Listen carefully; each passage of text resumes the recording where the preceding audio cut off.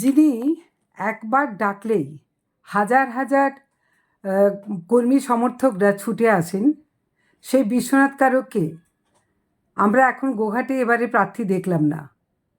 এবং গোঘাট মানে বিশ্বনাথ কারক মানে গোঘাট। এটা আজকে নতুন বলে কিছু নেই, কিন্তু বিধায়ক বিশ্বনাথ কারককে যখন সবাই মানে চেয়েছিলেন যে আবার প্রার্থী হিসাবে দেখতে, তখন বিশ্বনাথ কারক নেই কেন? আমি তো দীর্ঘদিন কাজ করেছি গোঘাটে বিধায়ক হিসাবে, এবং পঞ্চায়েতেও কাজ করেছি দীর্ঘদিন। আমি 21-এ বিজেপির প্রার্থী হয়ে আমি বিধায়ক হয়েছি।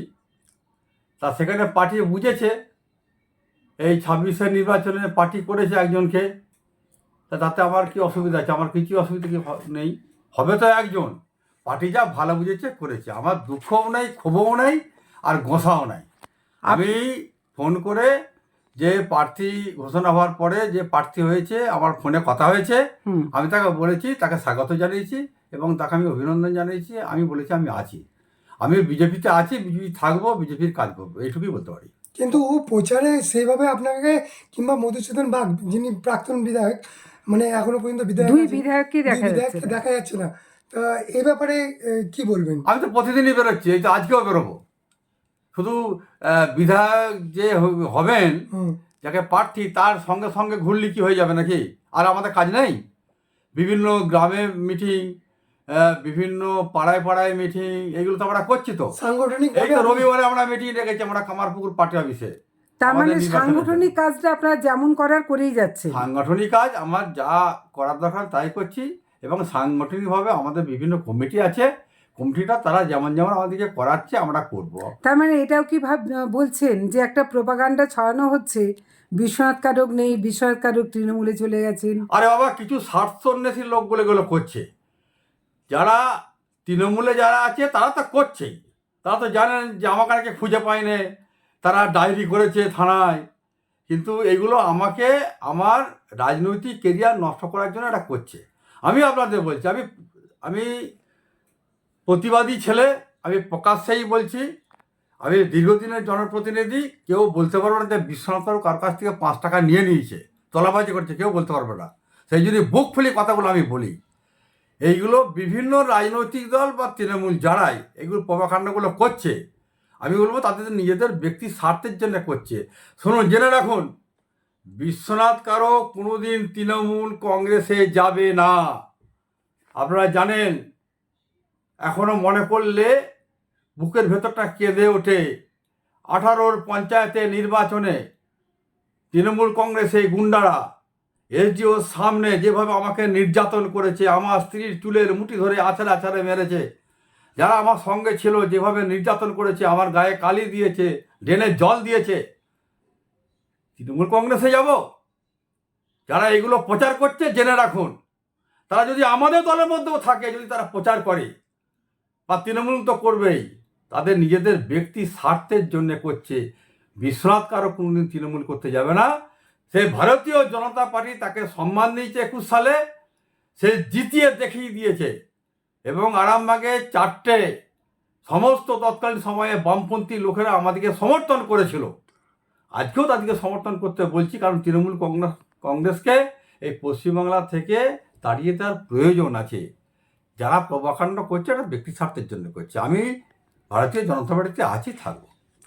কিন্তু আপনার দলের মধ্যে থেকেই কেউ কেউ রটাচ্ছেন যে আপনার নাকি কাজ ছিল না ভালো, সেই জন্যই নাকি আপনাকে দল এবারে টিকিট দেয়নি। মানুষ বলবে আমার কাজ ছিল না, মানুষ বলবে আমি কাজ করেছি না করেছি, রেকর্ডও আছে, আমার রেকর্ডও আছে। আমি জেনে রাখুন, তবে একটা কথা, আপনারা যখন তুললেন, এত তো বিধায়ক আছে হুগলি জেলার, আমি হুগলি জেলার নাম করেই বলবো, গোটা পশ্চিমবাংলার খবর আমার কাছে নেই।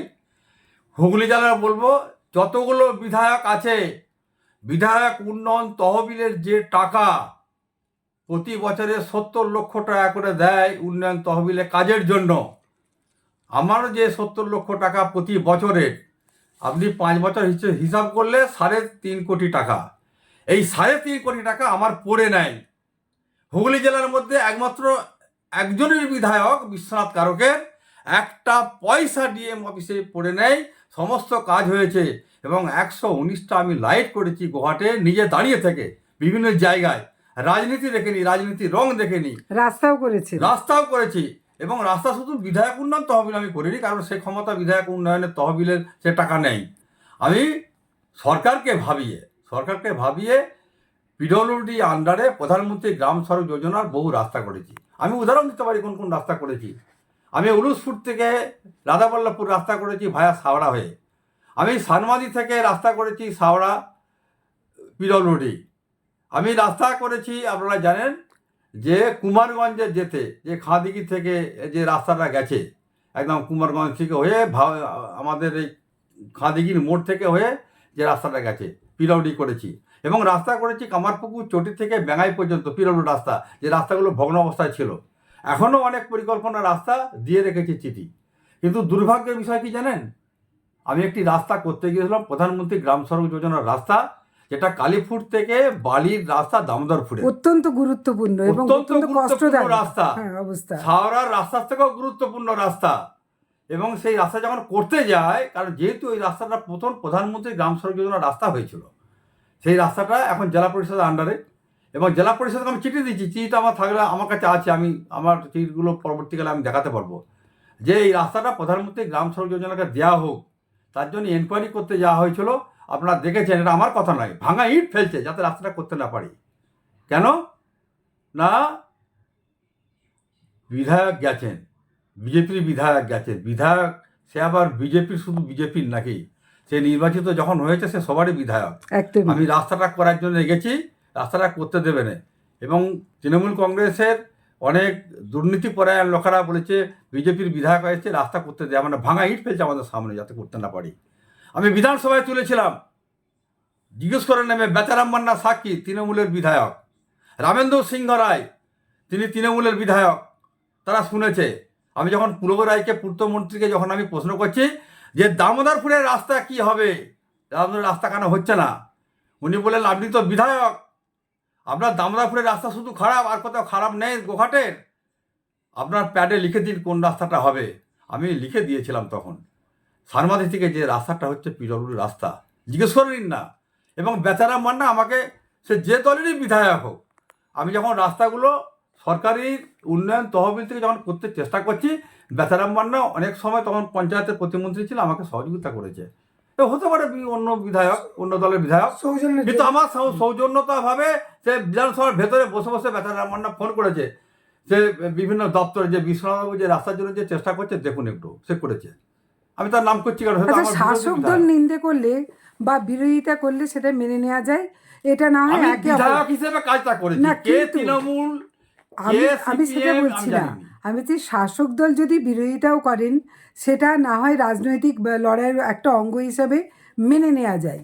কিন্তু আপনি যখন একজন প্রায় বিদায়ী বিধায়ক হতে যাচ্ছেন, সেই সময় আপনার দলেরই কেউ যদি এই কথা বলে তখন মানে কি বোধ হয় আপনার? দেখুন, রাজনীতি করতে গেলে রাজনৈতিক বোধ থাকতে হবে। রাজনীতি করতে গেলে রাজনৈতিক মত এবং চিন্তা তার মধ্যে থাকতে হবে। কোনো লোক, আমি অভিজ্ঞতায় দেখলাম, সে রাজনীতির সৌজন্যতা এখন হারিয়ে গেছে, সেই রাজনীতির সৌজন্যতা এখন নেই। বা পারস্পরিক রাজনৈতিকভাবে যে নিজেদের যে একটা মতবাদ, রাজনৈতিক সৌজন্যতা, সেটা আজকে হারিয়ে গেছে। সেই সৌজন্যতা নিয়ে কিন্তু রাজনীতি করতে আসেন কেউ অনেকে। তার মধ্যে কিছু কিছু আছে, অনেক অবৈধ লোক আছে, স্বার্থের জন্যে বিভিন্ন ভাবে তাদের ব্যক্তি স্বার্থের জন্য তারা রাজনীতি করতে আসে। তারা হয়তো এগুলো বিকৃতি করতে পারে, কিন্তু ঘটনা হচ্ছে এইটাই, আমি বলবো যে রাজনীতি করতে গেলে রাজনীতিটাকে শিখতে হবে। রাজনৈতিক নেতৃত্ব সে যে দলেরই হোক, তাকে সম্মান দিতে হবে। আমি ভারতীয় জনতা পার্টি করি, যদি তৃণমূলের ভালো বক্তা অনেক থাকে, ভালো মনের লোক থাকে, তাকে শ্রদ্ধা করতে হয়, নিয়ম, এটা নিয়ম। এখনও তৎকালীন সময়ে যারা বামফ্রন্ট করতেন, সেই বামফ্রন্টের অনেক নেতৃত্ব আছে, তারা ঘরবাড়ি ছেড়ে দিয়ে তারা মানুষের জন্য রাজনীতি করেছে, অনেক আছে, সবাই ব্যক্তি স্বার্থের জন্য আসে না। সেই সমস্ত ব্যক্তিকে শ্রদ্ধা করতে হয়। এখন আমি আপনাকে বলছি, শ্রদ্ধা করি আমরা এখনও। মৃণাল ঘোষ, আমার আমাদের গোহাটে বাড়ি, নুকুন্ডা গ্রামে বাড়ি, মৃণাল ঘোষ ফরওয়ার্ড ব্লক করতো। তিনি আজকে প্রয়াত হয়েছেন।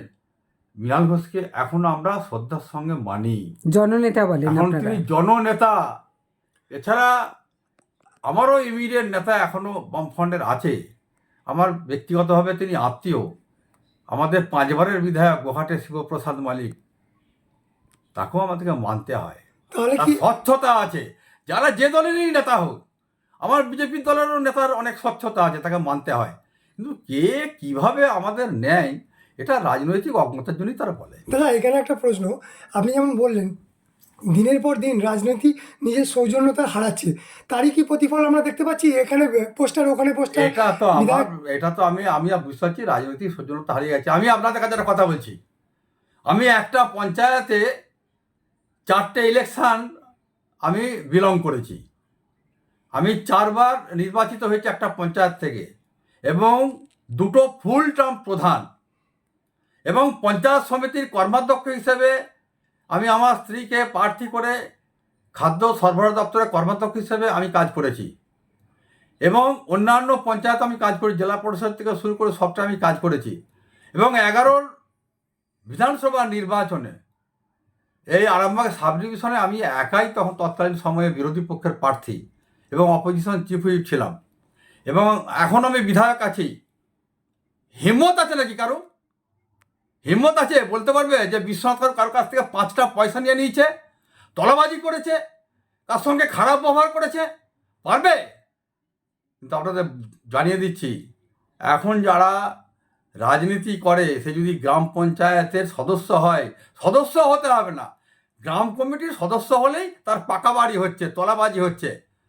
করুক, কার হিম্মত আছে যে বিশ্বনাথ কার কাছ থেকে 5 টাকা মেরে নিয়েছে, বলুক, ক্ষমতা আছে। এখন পর্যন্ত আমি বাড়ি করতে পারিনি একটা, জানেন? কত কষ্ট করে এই চেয়ে চুয়ে নিয়ে থাকার একটা ব্যবস্থা করার চেষ্টা করছি। সেই জন্যই আমি যেটা করি, আমি রাজনীতিগতভাবে ভারতবর্ষের সংবিধান মেনেই আমি করি।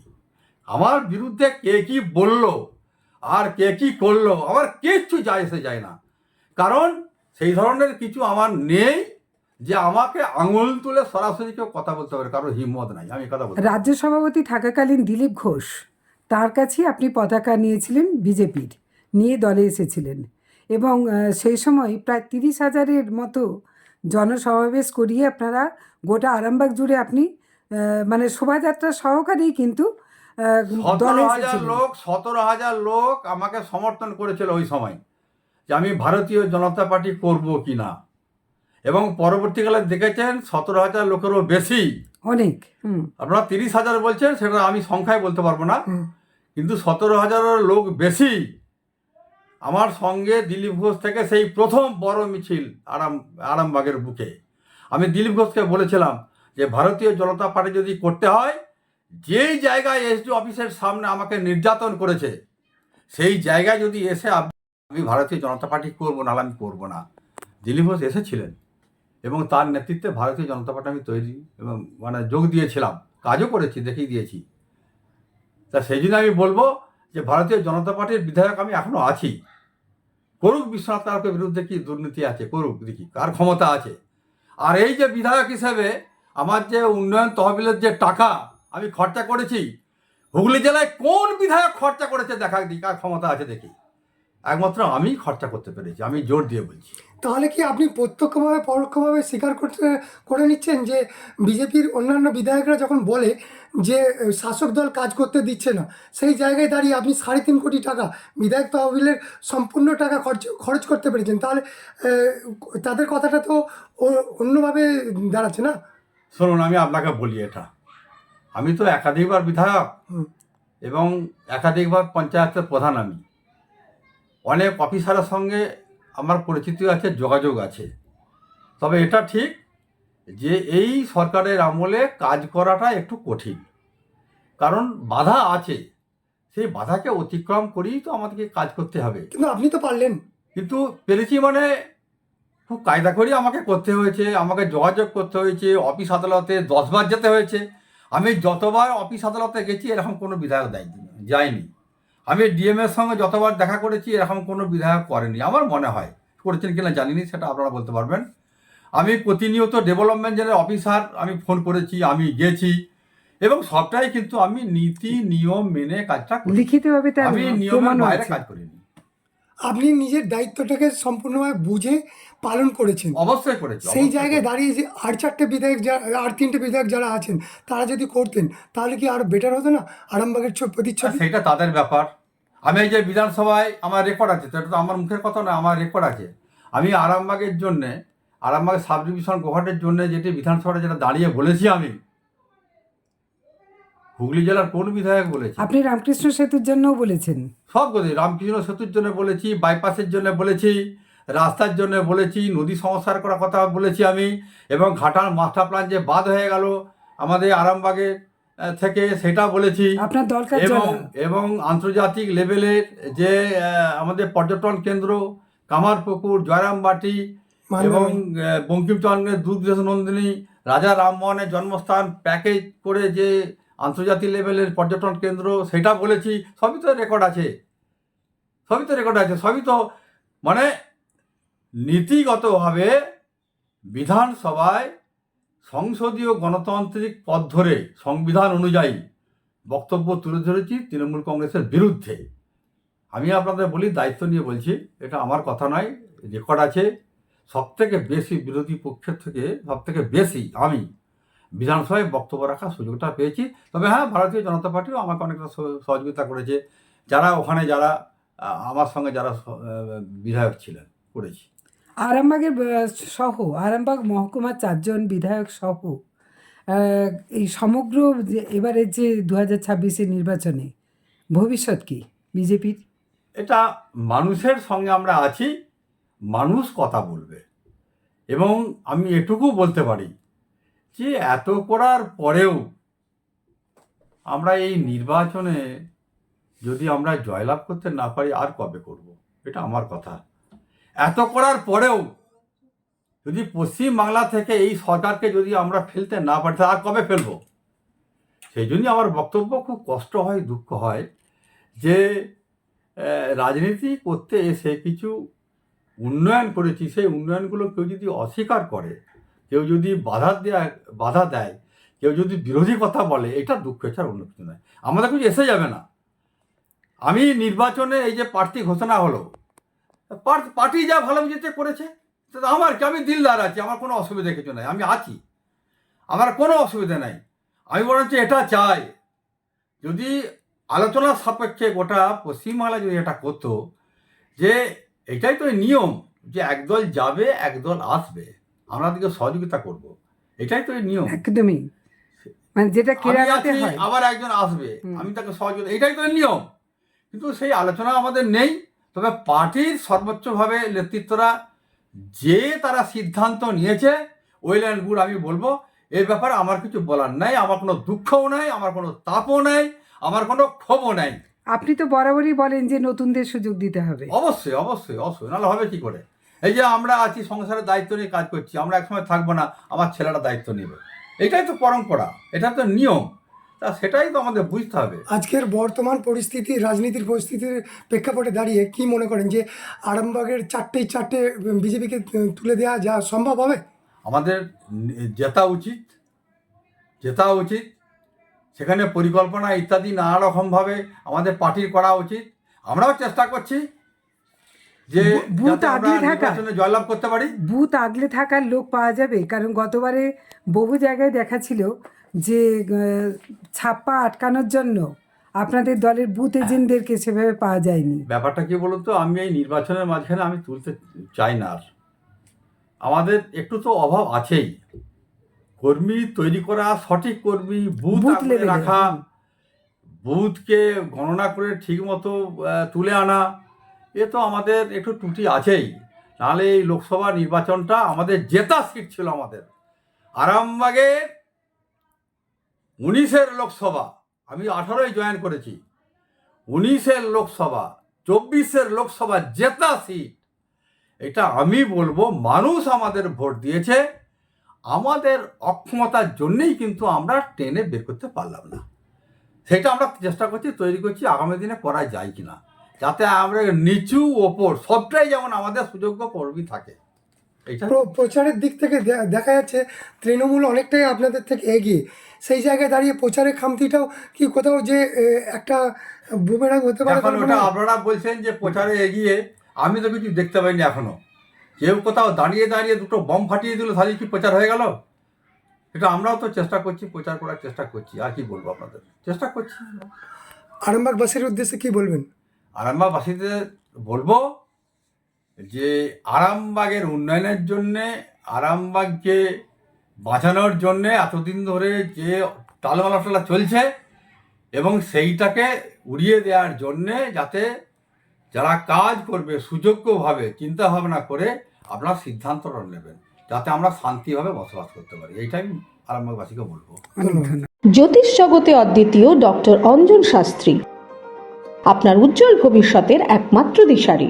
Call for booking 7477886099 or log in www.anjanshastri.com। Download করুন আমাদের exclusive mobile app astro Anjan.